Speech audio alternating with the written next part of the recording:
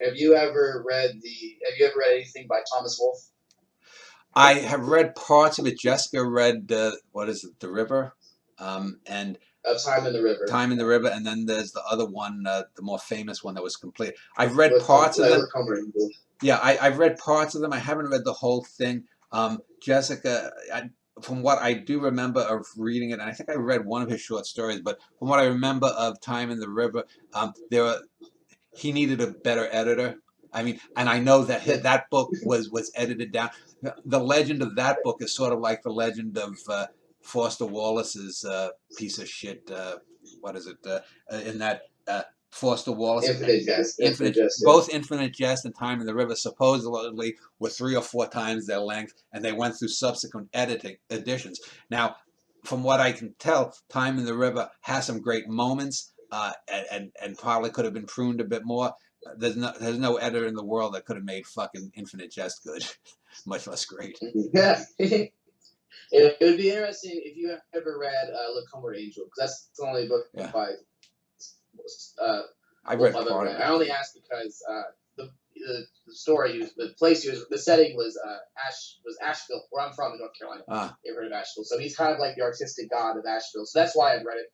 And it's not a typical book I would have read, so I was just curious if you'd ever read anything by it. I mean, I've got those books. There's lots of writers. I was just getting my wife into. I told her to read Beryl Markham, who's a woman who was an aviator like Amelia Earhart, and there's controversy over whether she wrote her book or her husband did. Although her husband never wrote anything afterwards, and it's a memoir, and it's one of the better memoirs about. She was an African aviator.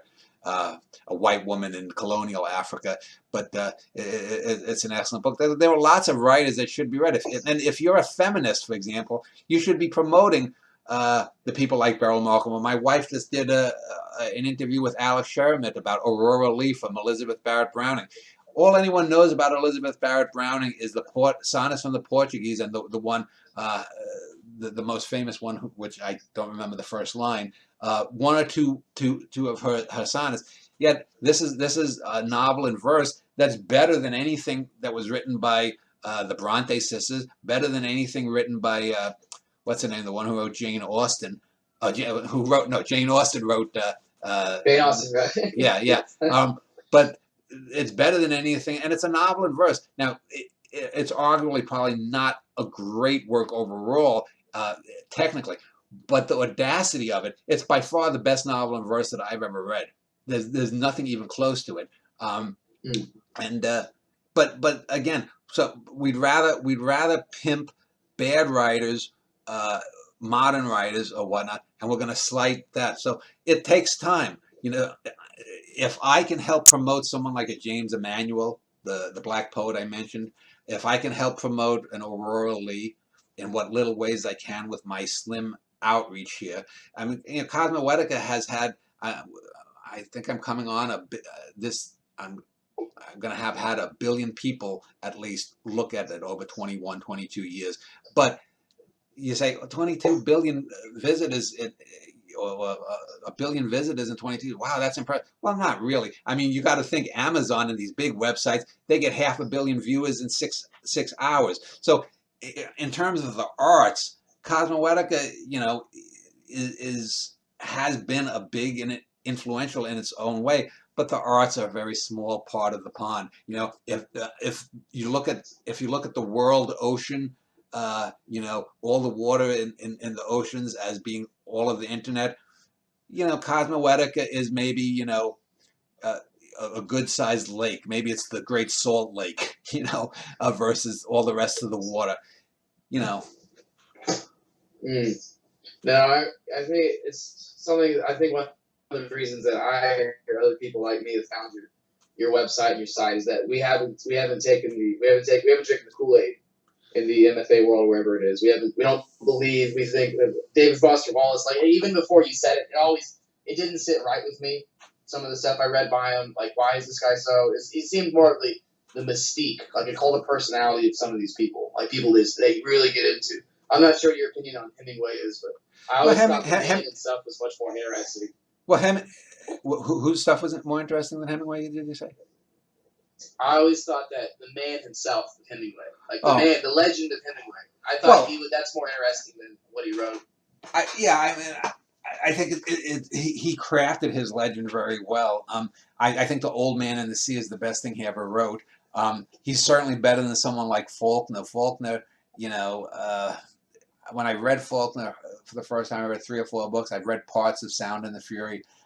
It's like how does someone now Faulkner had some talent, but he's someone who could have used a good editor too.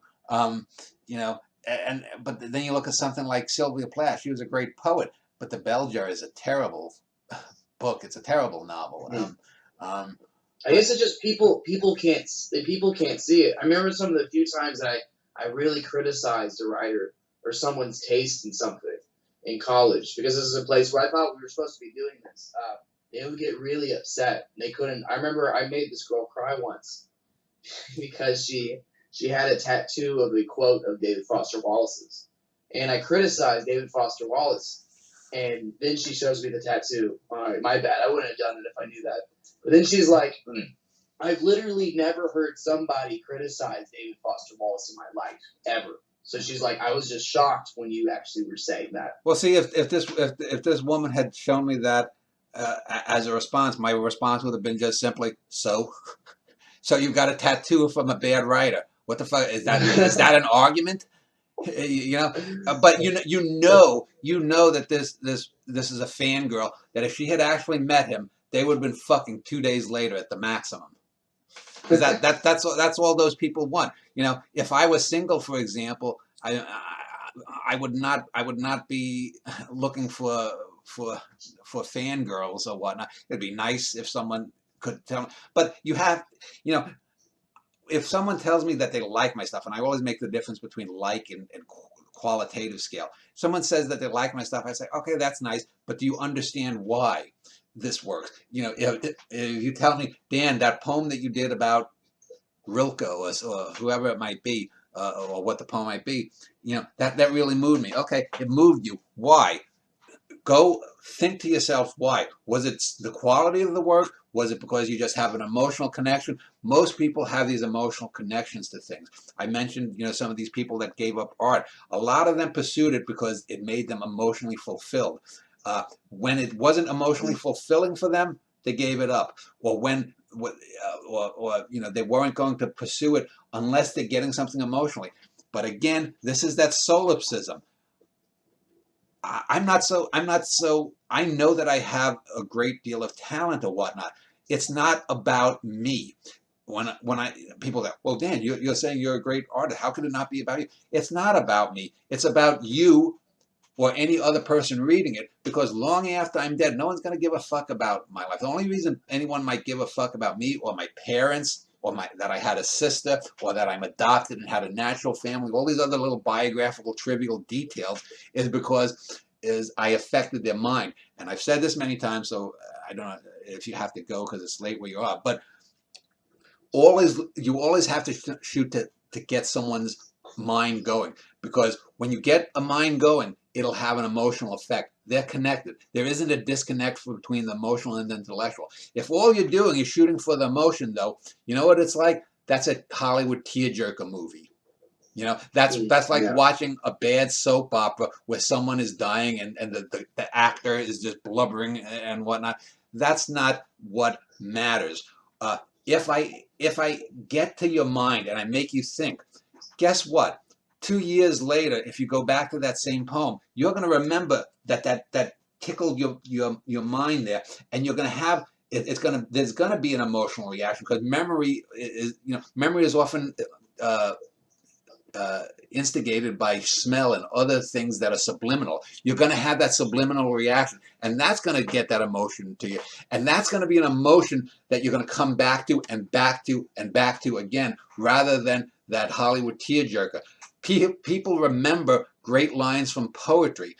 They don't remember, they don't remember shit when they're dying from tearjerker movies. Only from the great art that affects them. In my last breath for something that I take, I'm going to probably be thinking about something emotional. I'm not going to necessarily, I can feel. I think I have 7.3 seconds before I'm dead. Ugh. That's not, people don't think like that. I don't think. Maybe there was a few outliers, but the vast majority are going to be having those memories of things, and hopefully the art that's affected them.